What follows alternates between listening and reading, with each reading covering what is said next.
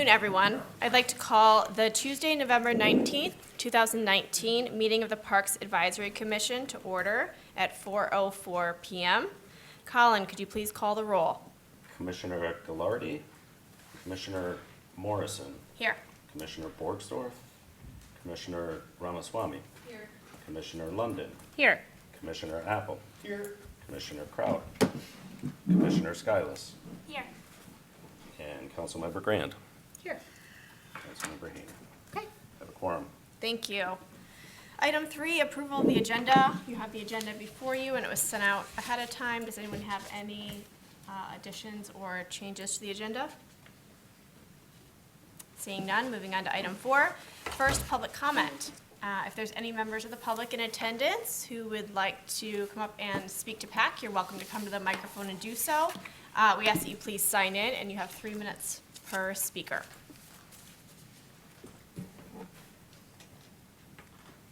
All right. Seeing no one at the moment, we'll move on to item 5, which is the approval of the minutes from our previous meeting, which was on September 17th, 2019. They are in your packet. Does anyone have any additions, or is there a motion to approve? Motion to approve. Motion Second. by Rachel, seconded by Lauren. All in favor, say aye. Aye. Any opposed? Okay, thank you. Minutes are approved. Moving on to item 6, presentations. First, I would like to welcome Remy Long to come up and give us the Open Space and Parkland Preservation Program Activity Report for fiscal year 2019. Hi, everyone. Let's see if I do this. So we can just jump, this was sent out ahead of time in your packet. If you have any specific questions, don't hesitate to ask. Obviously, the Open Space and Parkland Preservation Millage covers both accomplishments of the Greenbelt District program and city parkland acquisitions funded by the millage. So starting on page 13 is when you get into the parks portion of the report. And this year, the report details 3 parkland acquisitions that happened during the fiscal year 2018-2019, adding a total of 19.65 acres to the city parkland system, if you have questions about any of those. But as you can see, the goal identified in the previous year's annual report said that our goal was to complete 1 transaction, and we tripled that outcome, so hooray us. The more important thing is the goals for fiscal year 2019-2020. So each year, PAC sets goals along with GAC, and you have an opportunity to put draft goals forth before finalizing the annual report, which will be published online. In previous years, that's included closing 1 transaction or closing 2 transactions, leveraging funds, working with partners, adding to existing parkland, establishing a new park in an underserved area. So these are all potential goals. But before you are draft goals for your review and comment, or for you to add anything to, but as they stand right now, they're much more extensive than the previous year's goals. So here are they are in draft form. They include adding 1 new park to the parkland system, and then adding 1 addition to an existing park. And then as well, some of you may be aware that the Greenbelt Advisory Commission is in the final stages of completing an update to its strategic plan, which guides all of its acquisition efforts.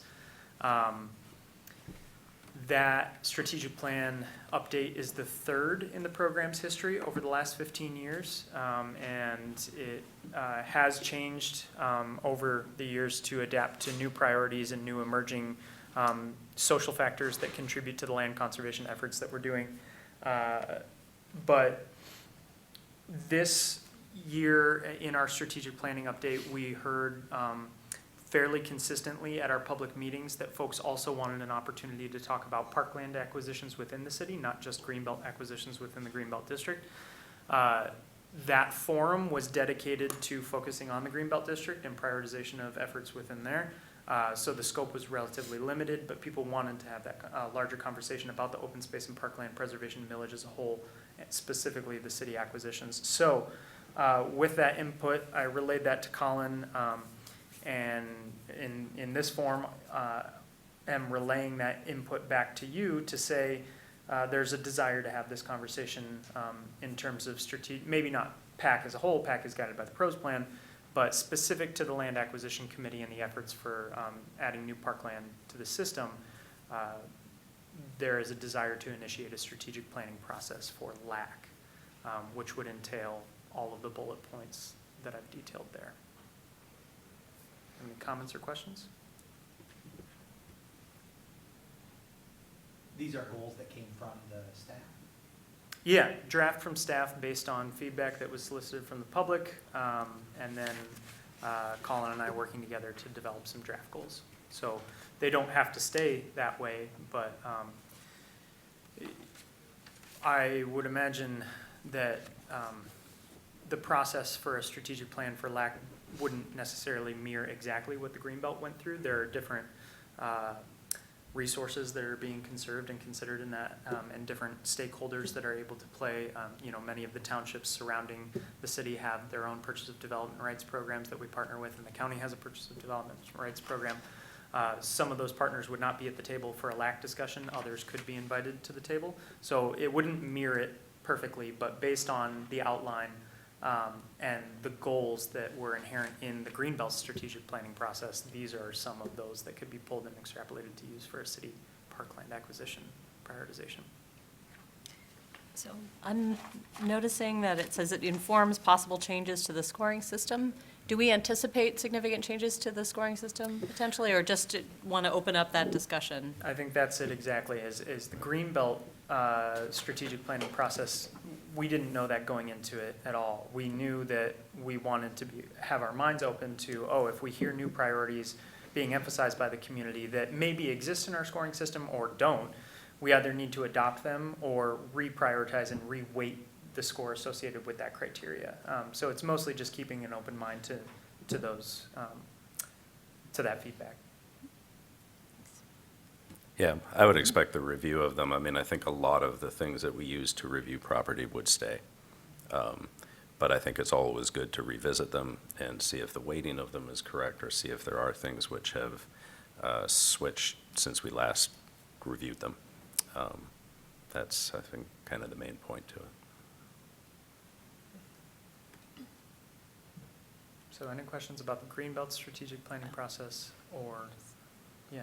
Oh, just to add to that, I think, there's been discussion around the climate emergency that was declared by council and some other sustainability goals that might be incorporated into the scoring as well. And I think some, yeah. Yeah.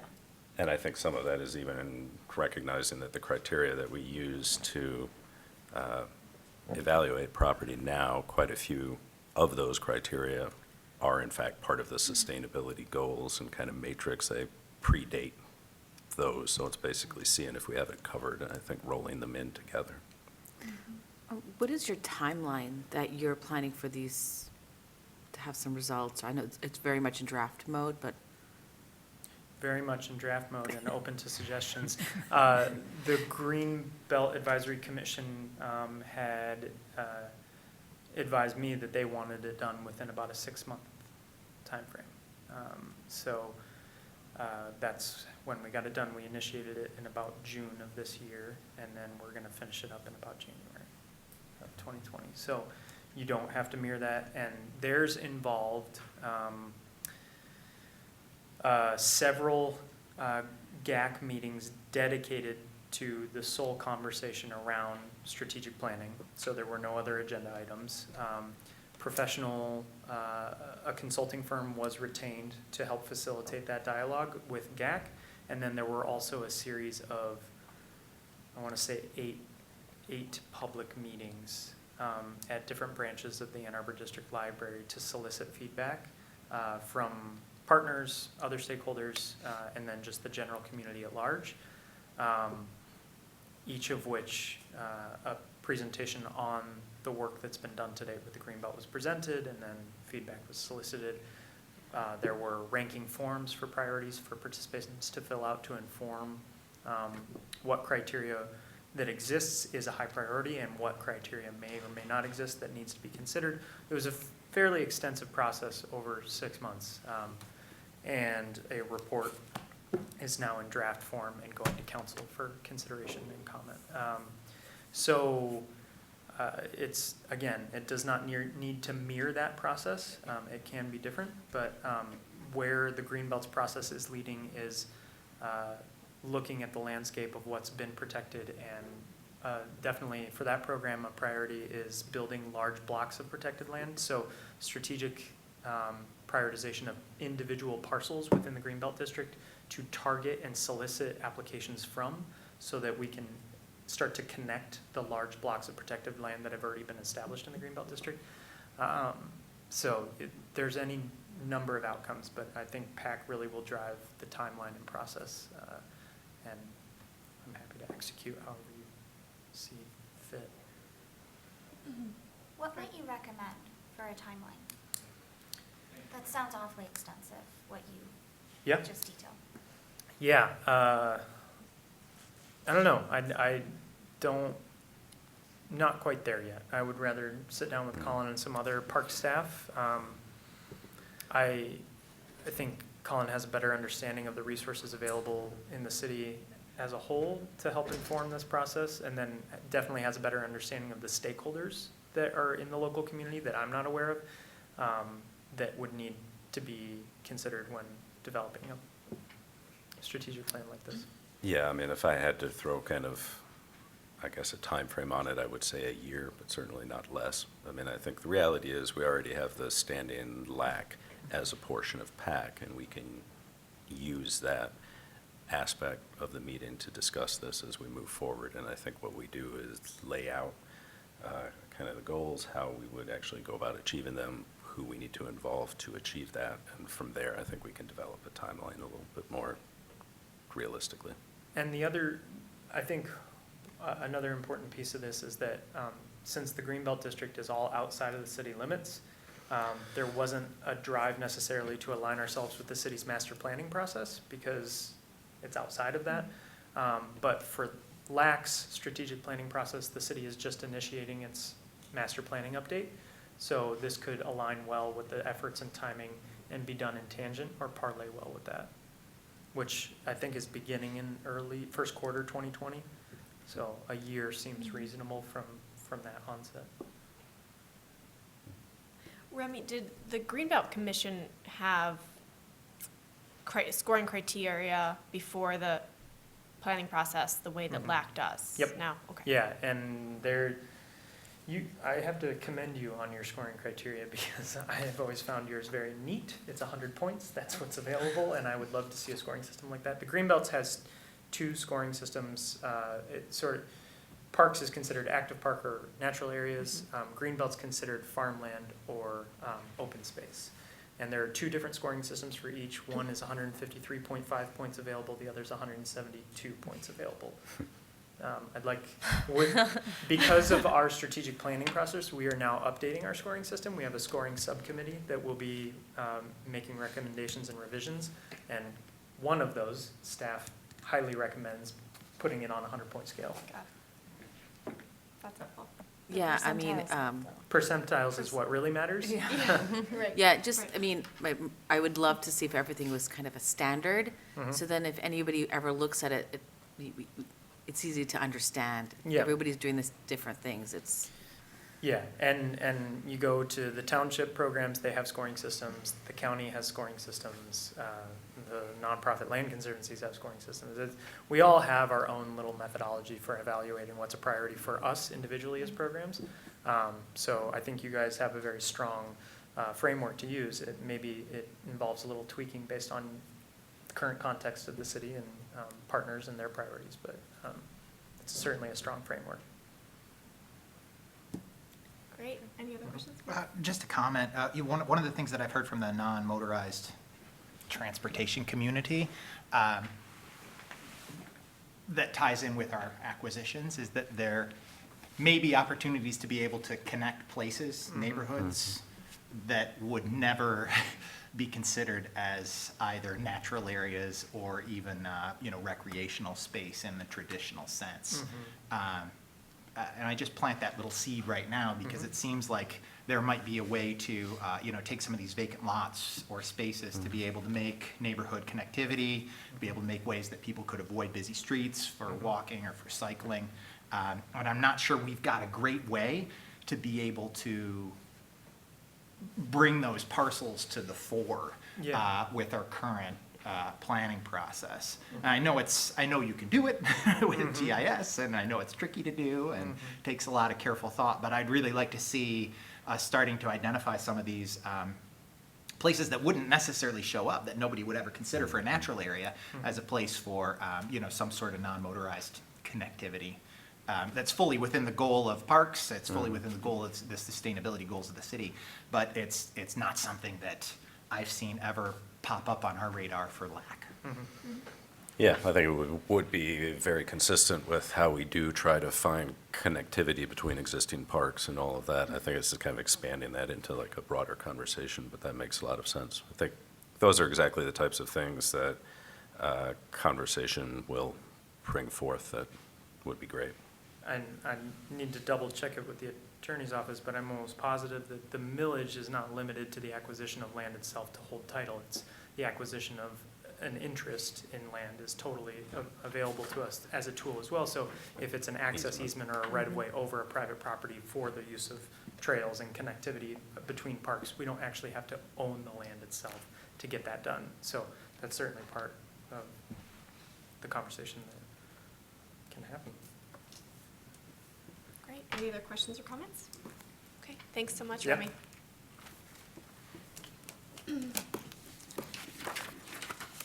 Moving on to item 7, reports. First, the report from Parks and Recreation Manager, Colin. I'm still not used to it being at the start of the agenda. It's been at the end of the agenda for 10 years. Not a whole lot in the update. Really, the weather is kind of the main topic at the moment. Not all that long ago, we were mowing on Friday, the 8th, and then we were doing snow removal on the 11th. So it's kind of made for kind of an abrupt transition from the fall to winter.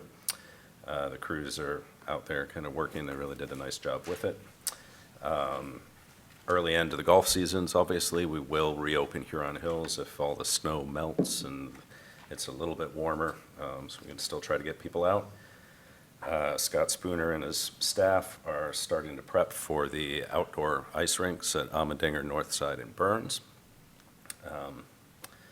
If the weather stays as it is, who knows, we may actually have that up before kind of the holiday break for the schools, which I think would be great, just in terms of the level of use. And I've got a very quick update on Leslie Science Nature Center in regards to remediation. The work there is ongoing.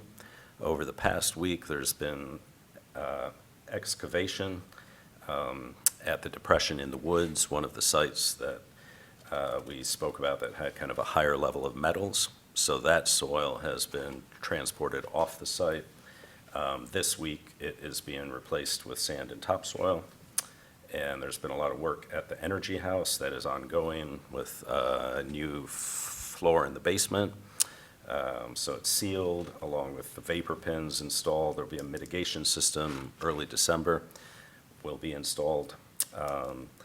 And the last kind of bit right now is waiting on the results of the arsenic bioavailability test results.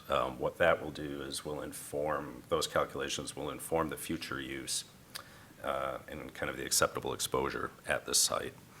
So we hope to get those back in the next 2-3 weeks. They'll be reviewed by the state. And we will continue to do everything that we can do to basically enable that site to be used what it has always been used for. So a lot of work going on with it still. And lastly, this just came out today, the approved lethal cull for the deer for 2020 winter. That was at council last night. And was approved, which means for parks, the permit allows lethal activities from January 2nd through January 26th. And there's a list of the parks this year. There are 10 parks. that it will take place on January 2 through January 26th from 3 p.m. to midnight. The parks will be closed. There'll be more information about that coming, obviously closer to the date. That's everything for the report, anyway. Thank you, Colin. Any questions or comments for Colin? Okay. Ruth is not here today, so we will not have a report from RAC, and no reports from other relevant commissions, committees, boards, or task forces, so we will move into regular business. Item 8A, we have a resolution to recommend approval of an emergency access agreement between the city and the Roxbury Group in Broadway Park. I'd like to welcome David Dorita and Deb Axelrod to give us some more information. Thank you, members of the commission. Appreciate being before you again. And I'm going to ask Deb to come up as well to go through the specifics on the emergency access path, which is a continuation of or what I should say, a refinement of what was brought before the commission last year. But there's a lot of good input we've received from staff and from others. Very quickly, I think this is a scroll from here on out, from what I can tell here. Look at that. I thought I would give the commission the benefit of being the first public body to actually see the site plan that was submitted last month. It bears a striking resemblance to the area plan. I know there was some concern about that. But we have it for reference here, and if there are questions that relate back to the site plan, we'll come back to it. I just wanted this body to have the benefit of it. And as I said, since this is the first public body we've been before, you're it. As it relates to the secondary access, is a bit of a zoom in on it. And I'm going to actually turn this over to Deb to talk about the particulars here. And I can scroll for you if needed. Okay, great. Thank you.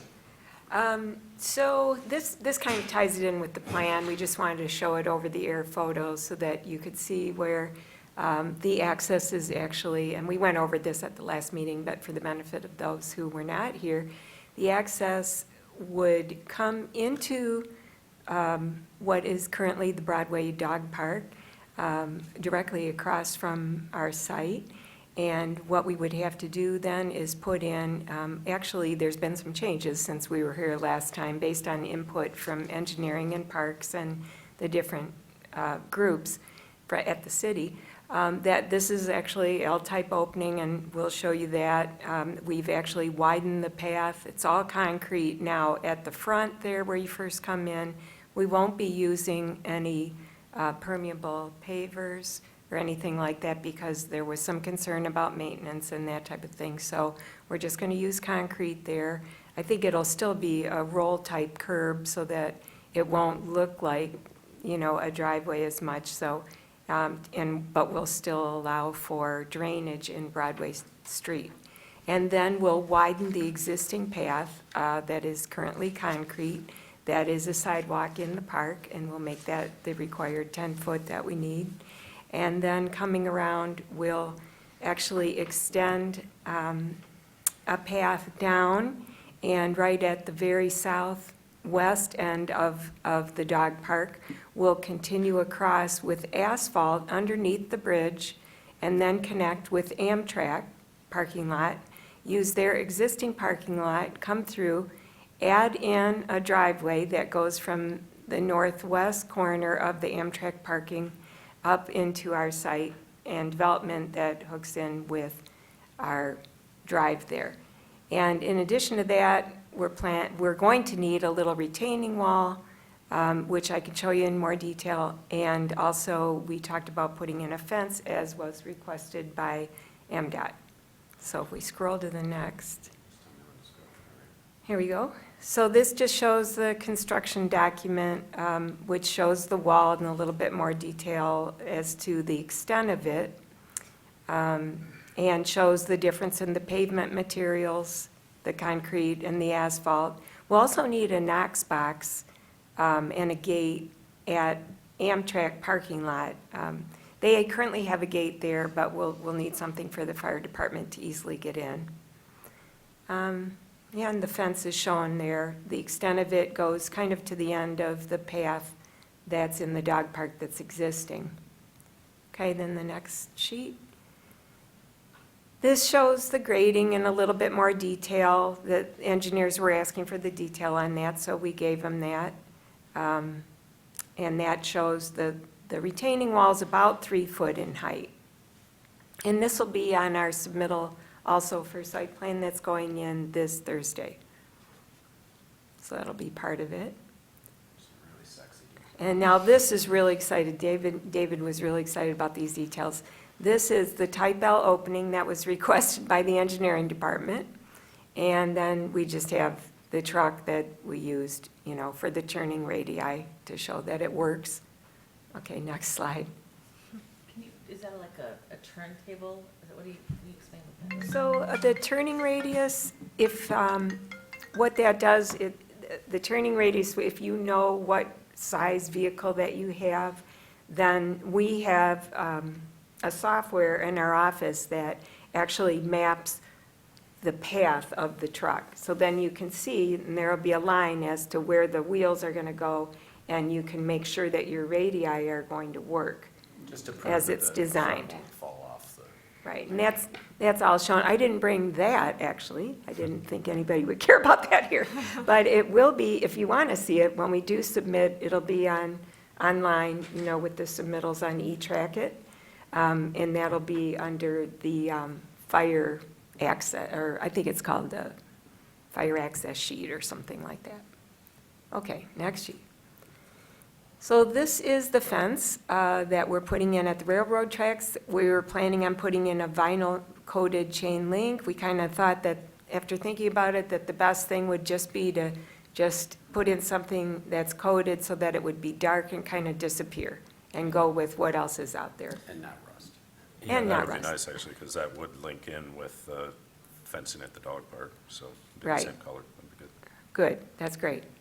And then the last slide, and this isn't necessarily the exact color, but we wanted to show just, I'm sure most of you are familiar with segmented retaining walls.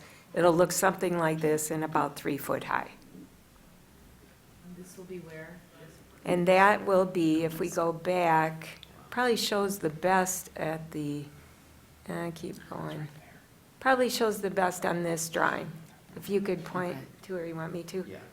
Okay, so it's, see the, right along here, right next to the sidewalk / access drive, the darker line that's right next to it?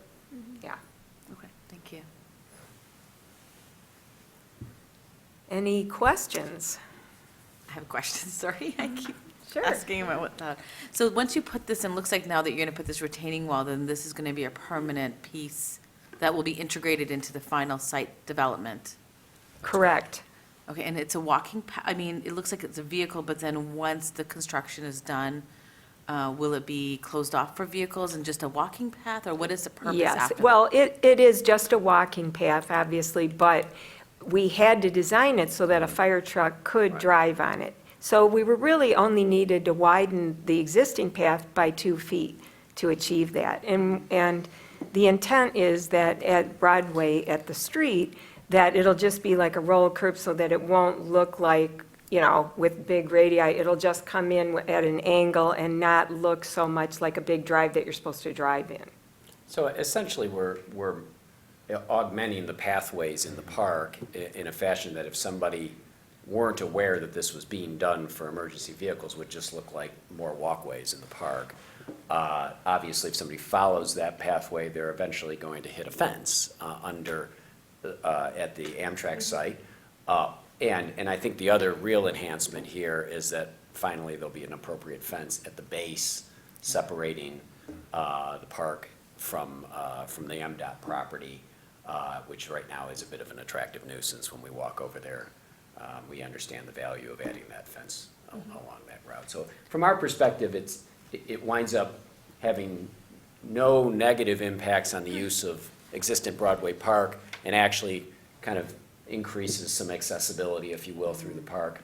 But we wanted to make it, to the average observer, not look like we just put an emergency access road through the park. And I believe the plan achieves that Can you outcome. go back to the first slide? I Yeah, just want to look at the space of where you are, because I know this is a zoomed-in area. Oh, thank you.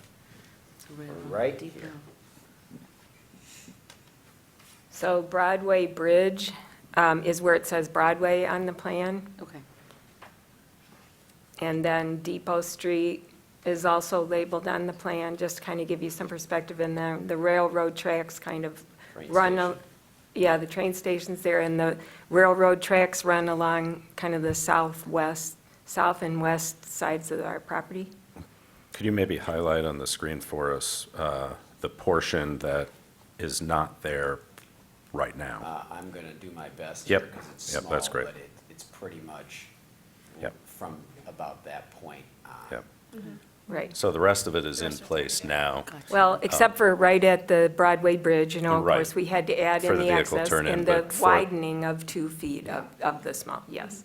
It winds up being again, the challenge there, and I think the staff's comments and Smith Group did a nice job of making this be an obvious rollover curb for purposes of an emergency vehicle, but it's not gonna look like an obvious path for a normal car. And I think they've hit the mark on that personally. What is it being used for right now? Is it just a walking? So that path? is the accessible path. So if you go into Broadway Park, there's stairs where you see kind of the entrance in off of Broadway Street right now. There's, yeah, that'd be good if we go down to the next one there. There's stairs which go down to the Right. dog park that are quite steep. There's a lot of elevation on this site. So that existing path is the accessible path to get down there. So all this is really doing is actually widening that path. And then, obviously, for the purposes of the development, connecting to the Amtrak site. But in terms of the use, it's there for the park already. And I mean, perhaps if you could maybe speak to, I know every site is different, but how often would you expect to see this used? Never. The hope is never, but Okay. All I goes mean, well, Let me just right? explain, if I could, because it's been a while since we've been before you, what eventuality the fire marshal was trying to protect for, and this is what they have to worry about, and so we respect the concern. This is, as a technical matter, the only vehicular means often on this site, which has been a challenge for the site from the beginning, and I think a challenge that we've largely been able to manage through here with the traffic and safety department, is right here. So the concern, which might strike us all as far-fetched, but we respect it, is that there is a fire emergency that requires a vehicle, emergency vehicle, and the only way into Broadway Park development is blocked at that moment by a vehicle that can't be moved. What would you do? And so what we, after evaluating a number of options, concluded the kind of shortest distance between 2 points, and one that created the best travel distance was this pathway through Amtrak back onto the site. We considered a number of them, but the challenge was distance and a road bed that would support it. And actually, this was an elegant solution that came out of that engagement initially. And I think it gives everybody peace of mind. and I think staff can support it because really it does not fundamentally change the design or the appearance or the use of the park at the site. There aren't very many places where that would be the case, but I think it is quite a straightforward design, elegant, as you So said. my other question is, when the development is done, do you think that people may use this as a crosswalk or a bike path? And will you be designing it to address that for future use? Well, we can't allow it as a means of access to the site for any other purpose. In the future? I mean, unless the ownership of that site changed, unless Amtrak, for instance, sold the site to a friendly owner, and we could work through that. I'm not saying who. Friendly unnamed owner. But we are, as part of the approval process with Amtrak, which I'm happy to update the body on as well, they are approving a perpetual right through their property, which was no small thing, by the way, and something that we obviously don't take for granted. But they're only allowing that for the city of Ann Arbor's use, not for a general use. Now, I think in the future, maybe that'll change. What I will point out, though, and Colin's comment reminded me of it, is the park or the development itself actually opens up accessibility to existing Broadway Park this way as well. correct. And so, well, I agree, we all agree, part of the problem with current Broadway Park is the topography.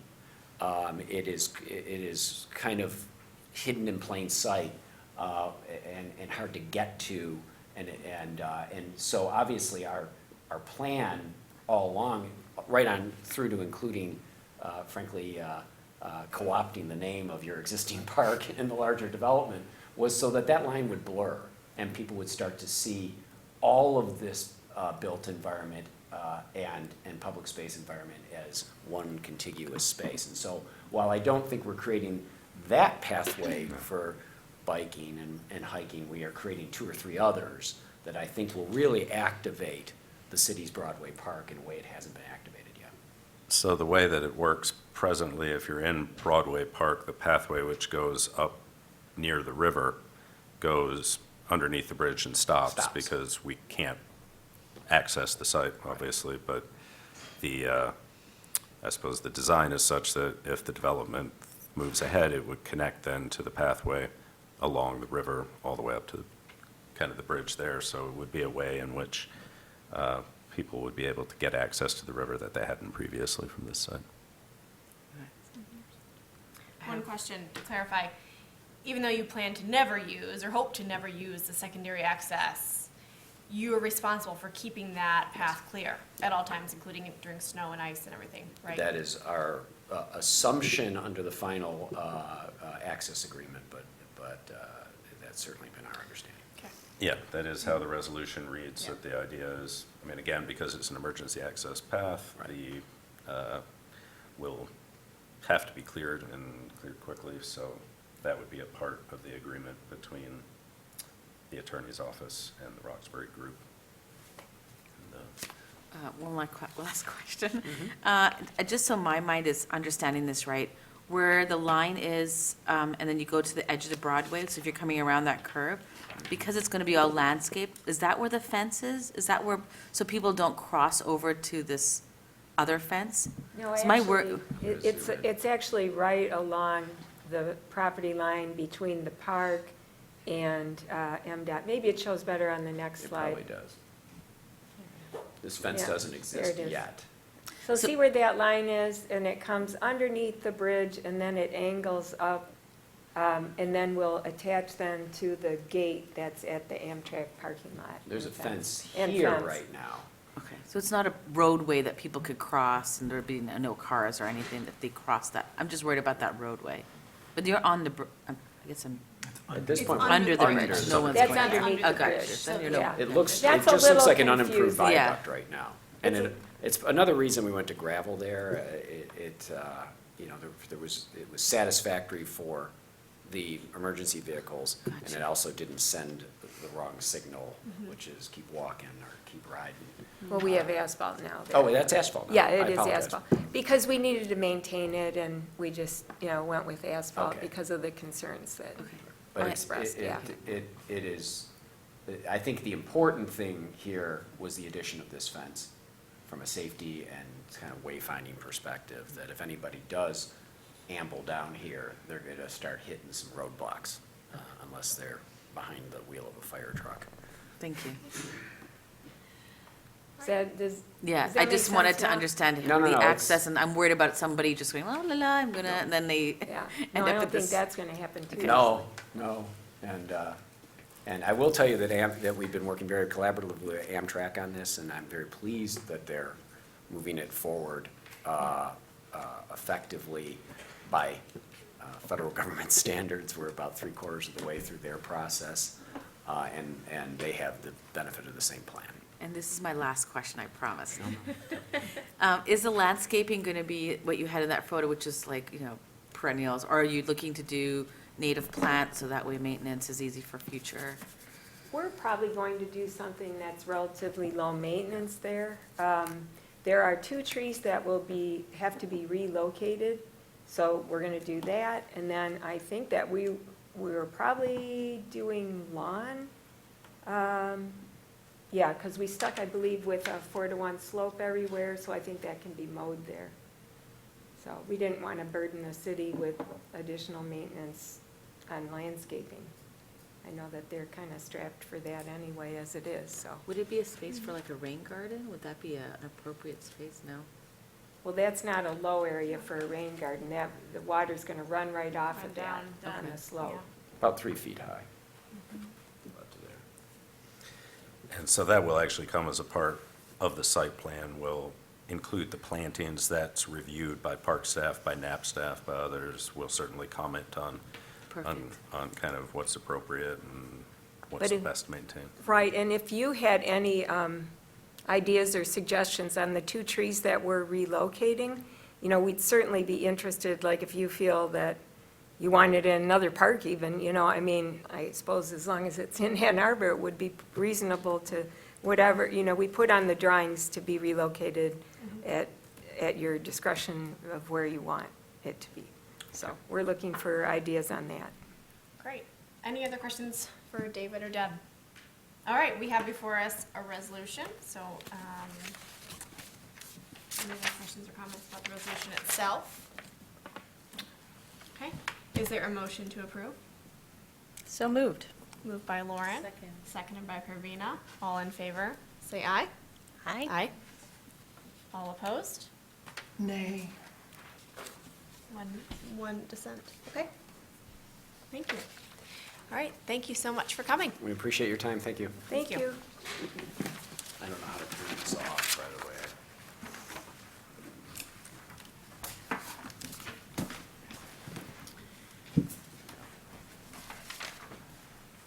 Okay, item 8B, we have a resolution to recommend approval of a 2-year professional services agreement for electrical services for Parks and Recreation for a not-to-exceed annual amount of $100,000.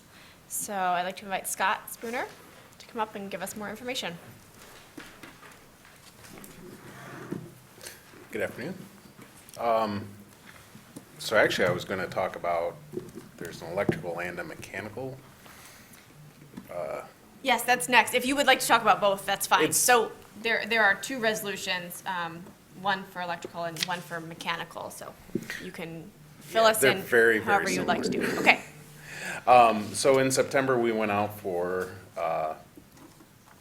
proposals to replace some existing contracts that we had through Public Works that were expiring. They actually expired in July of 2019. There were 3-year contracts put together through Public Works when Parks was part of Public Works. And it made sense for us to kind of redo the contracts for Parks now that we're in community services and leave Public Works to their own versions. So we went out to bid, or proposal, got proposals. We got 2 electrical companies to put bids in on the electric and 4 on the mechanical. Staff looked at the proposals and graded them out before we saw the fee proposals. And then we opened the fee proposals, and it really didn't change our thoughts on who we wanted to go with. So we decided to go with A.F. Smith for the electrical and Metro Controls for the mechanical.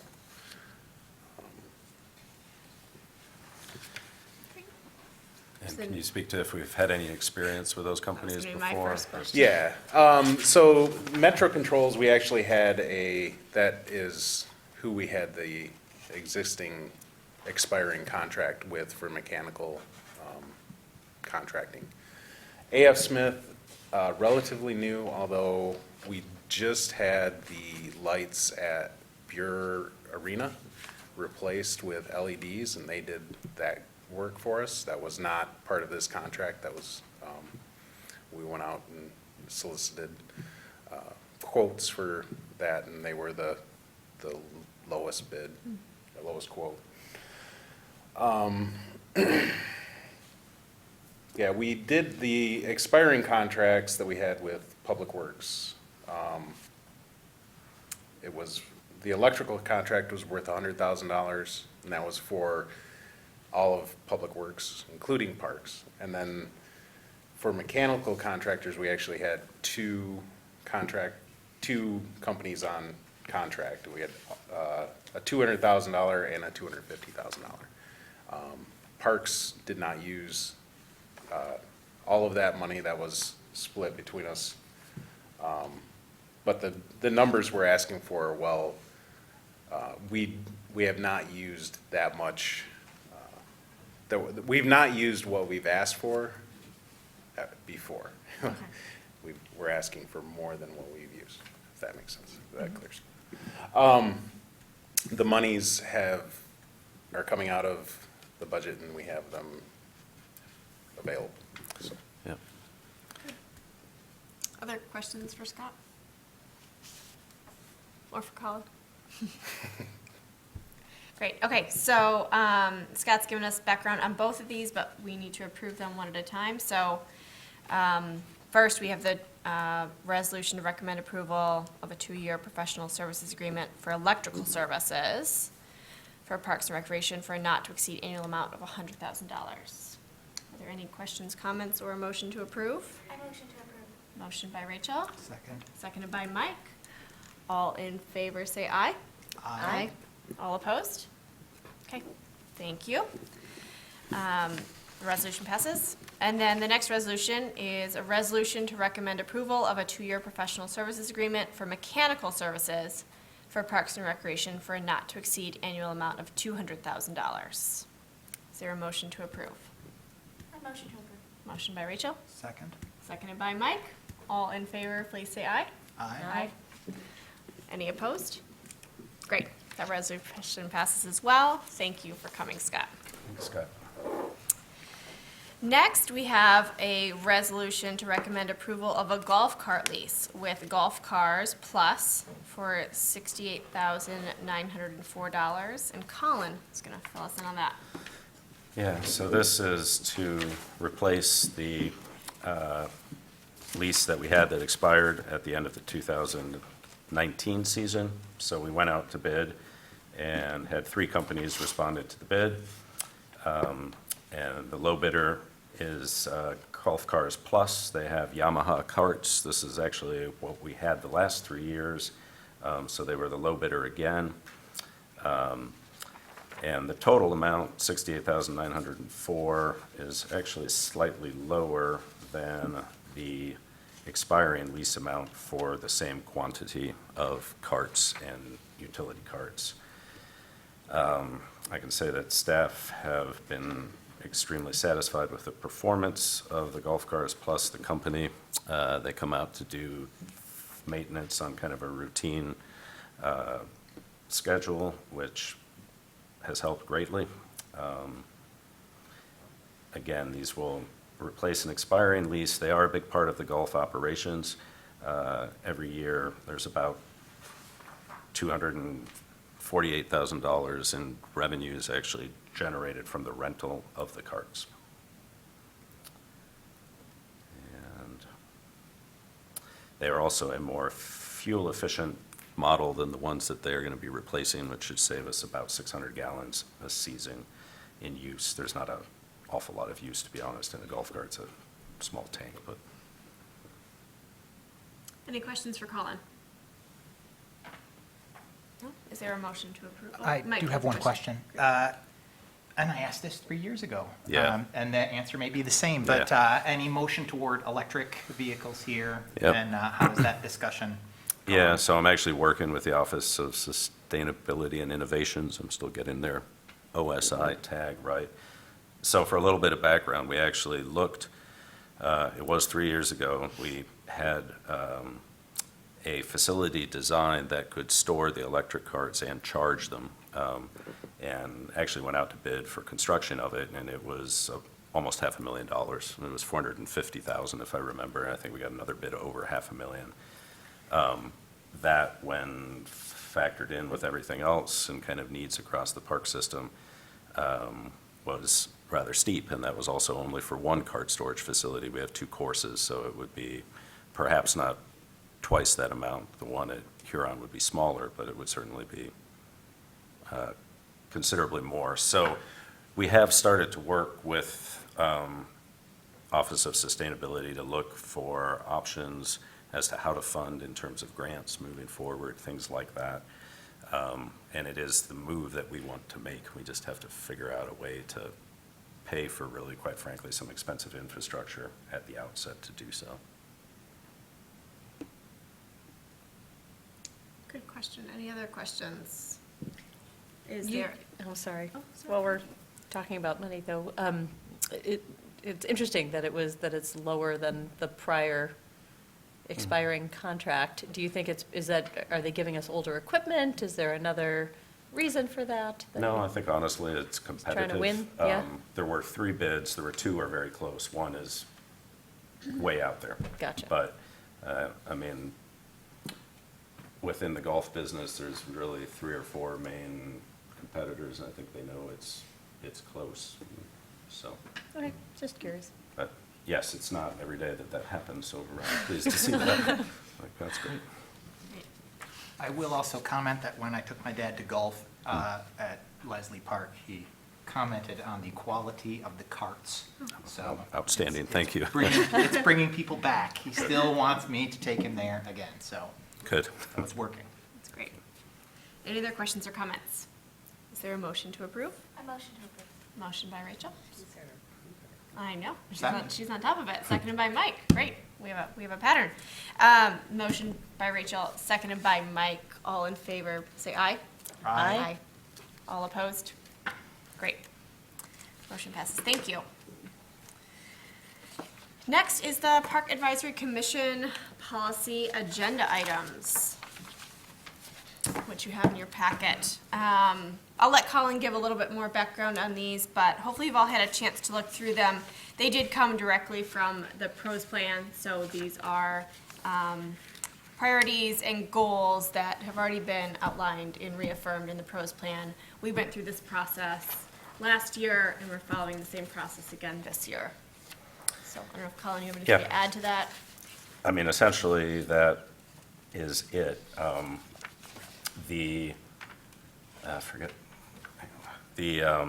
There's a staff member who is kind of the liaison between all of the boards and commissions and council. And at this time of year, what they do is they seek to get all of the priorities from the different commissions, and then those are shared with the Policy Agenda Committee of Council.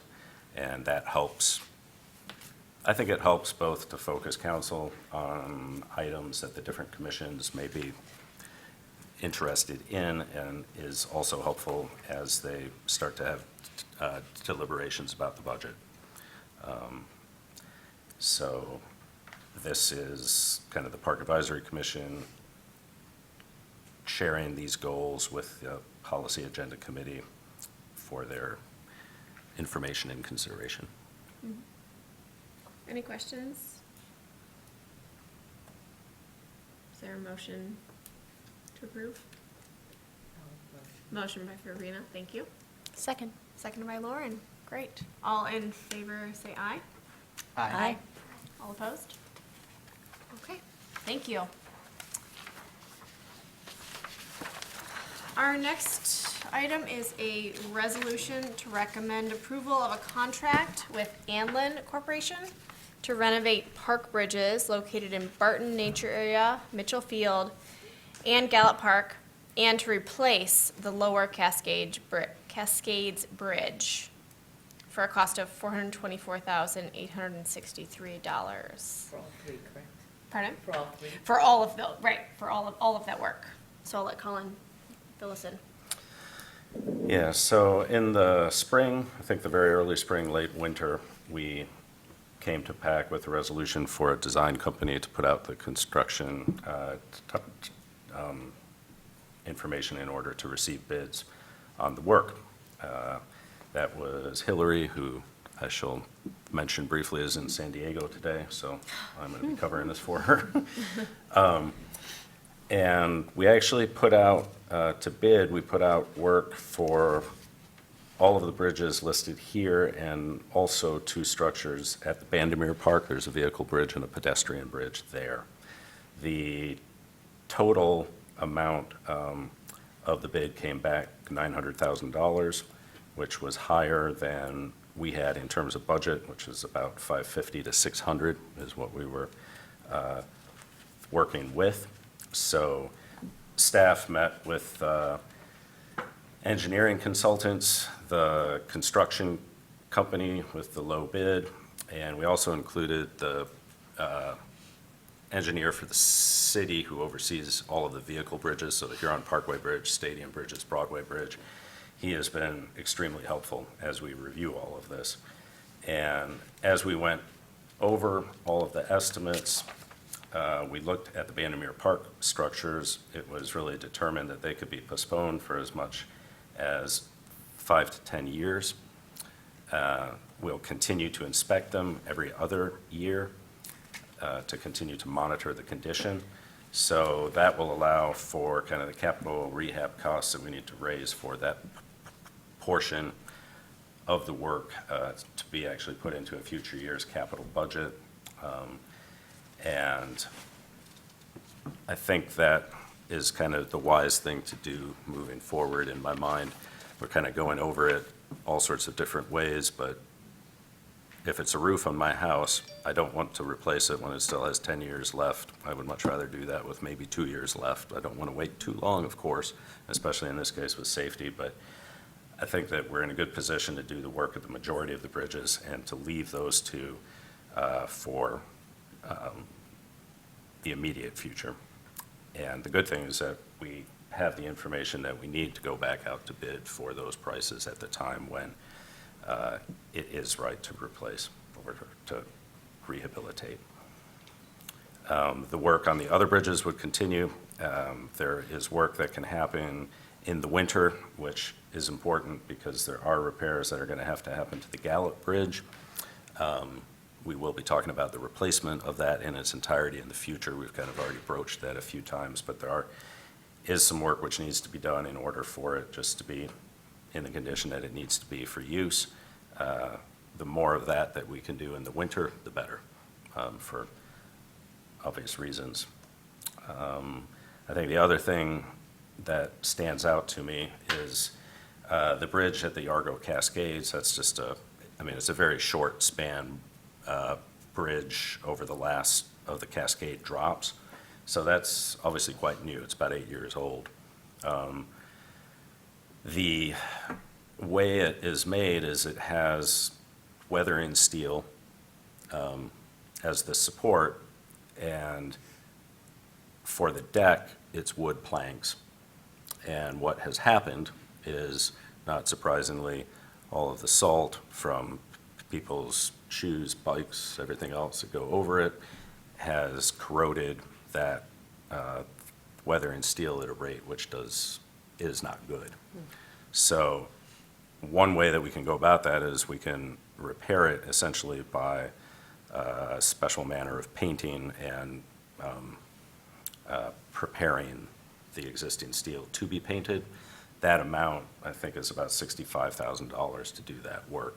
We can replace the entire structure for $83,000, and it'd be replaced with steel, but then instead of having the wood decking above it, it would have a concrete decking, which is how some other bridges have been done, which are in very good shape.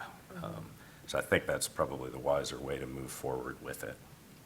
And I think that's, I also wanted to say that the company is one which, while Parks does not actually work with the engineer for the city bridges, worked with them at the Huron Parkway Bridge, which was a big project, the retaining walls there, and was very enthusiastic about the work that they did. And I'll say he's very much a stickler for details, which is what you want in a bridge engineer. So I was very happy to hear that. And just to clarify, we actually have two resolutions before us, both relating to the bridges. One is for Inland Corporation for the construction, and then the next one is for DLZ Michigan for the engineering oversight. Yeah, that's correct. So TLZ is the group which actually did the design work, which was approved earlier in the year. And then as a part of that at that time, we had shared with PAC and with council that we would also need to retain them for the construction oversight and for the testing and the engineering that has to be done to make sure that everything is A-okay. And Colin, could you just clarify the timing of all this? You mentioned winter work, so when, assuming we approve these today, when will it go to council and when could work begin? Yep, so potentially to council as early as the second meeting in December. There's kind of a deadline, which is a month out, that we have to hit something tomorrow, I think, in order to get onto that agenda. That would be the hope. Then, at that time of year, we would need to wait to get the contract signed, the insurance, all of those types of things need to happen, but they can happen pretty quickly if they know that it's actually teed up. So that would allow, I mean, for work to hopefully begin at some stage in the new year. Questions, comments? Mike? Yeah, just a couple of questions. One is about that Lower Argo Bridge, in no small part because it seems like for the hundreds of thousands of dollars that you pay for something like that, it should last more than 8 years. Has there been any communication with the company that did this work before in terms of guaranteeing their work? And the other part of this is that Park, I don't exactly know who owns the property that abuts this bridge, but I am wondering about DTE's use of de-icing agents to be able to access the power substation at that area, and whether or not that is contributing to the increased wear and tear on this particular structure. Both of those things seem to be, I don't know, a little bit problematic. You know, in our role as sort of fiscal oversight, it's a little rough to say, hey, you know, 8 years later, another $200,000 for a bridge. So I just, I'm. Yeah, I absolutely agree with you, and it's the same thing that I was surprised to see when it went out. So I would say kind of a couple of things. When the Cascades were built, this part of the project was somewhere between $60,000 and $75,000 was the cost of the bridge that time. So that's what's being replaced. It's not $200,000. The bridge at the lower part of Argo is $83,000. I still completely understand the point. In terms of the access for the DTE substation area that's down there, they come in off of Swift Street. They wouldn't actually drive over that bridge. Right. Yep. And I will say, with Park operations, I actually had this conversation with Scott earlier today. It's something that we reiterate with our staff who actually go out there to plow, that we are not putting salt down there, or for that matter, really on the paths along the river for the most bit, I think. So I can't say that that was always done 6 years ago. I think there is also, frankly, just an element of, it reminds me of when I worked at the ice rinks. We always ask everybody to take their shoes off before they get on the ice, and the reason for that is all of the salt stuck in their shoes just goes out there and does it. And it is an extremely heavily used area from runners and also bikers throughout the year. I'd say that the Corten steel, which is the stuff like the weathering steel, this is not the only bridge where I think this experience has happened to people across the course of Michigan. I think there's a lesson learned out of it, that at that time this made sense, and now that it has been in place, it shows not to, or that it can, but not with that. So, again, I agree, I was surprised to see it here, but I'm also pleased that the cost to replace it is frankly not much more than the cost to rehabilitate something which isn't working well. So we can replace it with something that will really actually address the underlying causes of the corrosion. If we get the cement deck there, it's in place, it should last for a long time. And my other question was about the Mitchell Park Bridge, because I do remember that we voted on that a couple of years ago as well. Did we not vote for rehabilitation on the? Yeah, that was a part of the design services, I'm fairly sure, for. Okay. Yep. So Mhm. feeding Yep, that's feeding right. what's into fed this. into this That's in what the fed first into place. this. Okay. Yep, Yeah. that's absolutely. Yeah, I right. was Yep. waiting. I'd been crossing that bridge to see Yep. there's still pieces of plywood over the deck, so. That's right. And just to confirm, we think that this is just solely a corrosive issue? There wasn't a design No. issue or anything that made this particular bridge? Not that I'm aware of, and certainly not from the conversations that we've had with engineering Yep. and everybody else, so, yeah. Other questions? Okay, so just to reiterate, we do have two resolutions, both concerning the bridges, but we need to approve them one at a time, so I'll just read them again. So the first is a resolution to recommend approval of a contract with Anlin Corporation to renovate park bridges located in Barton Nature Area, Mitchell Field, and Gallup Park, and to replace the Lower Cascades Bridge for a total cost of $424,863. Is there a motion to approve? A motion to approve. Motion by Rachel, Second. second by Mike. All in favor, say aye. All opposed? Okay, great, that resolution passes. And then the second resolution is a resolution to recommend approval of a contract with the DLZ Michigan, Inc.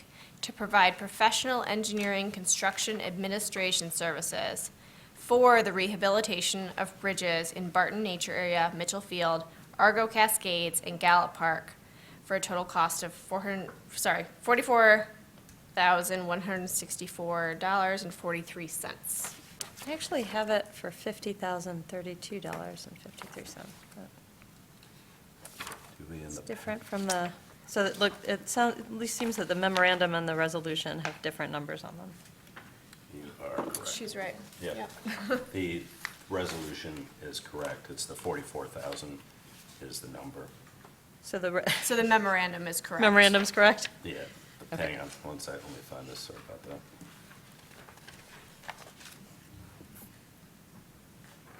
Are you The- referencing to the yellow area highlighted? Yes, the highlighted in the Yeah, resolution. yep. I'm just getting the.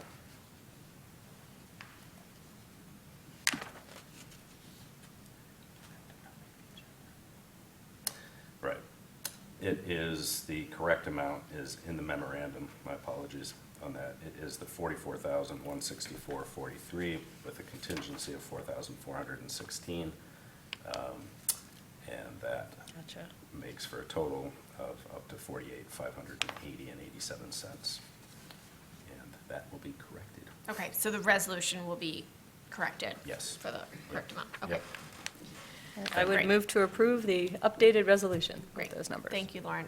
Motion by Lauren, Second. second by Mike. All in favor, say aye. All opposed? Great, the resolution passes as well. Item 9, land acquisition matters. So, oh, so we will be moving into the council workroom for the LAC portion of our meeting, and then we will return to this area for the very end of the meeting, second public comment and adjournment, so. Looks like there's some students here, do we want to? Oh, If you yes. need something signed. Yes, if there are students in attendance and you need something signed, feel free to come see us now and then. Yes. You don't have to. Thank you, Pravina, for pointing that out. Yes, do you want me to sign anywhere or? Yeah.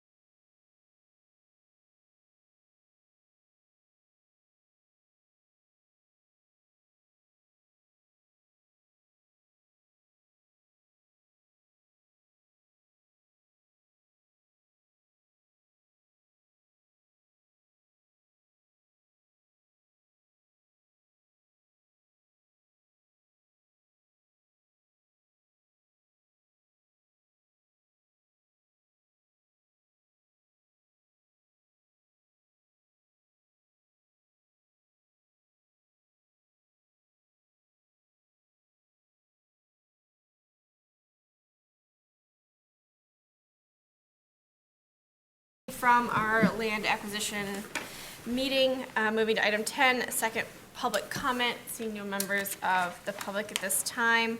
Item 11, communications are in your packet, and item 13, we are adjourned. Thank you, everyone, for coming. Thanks. Thank you. Bye-bye. Thank you. Yeah, thanks.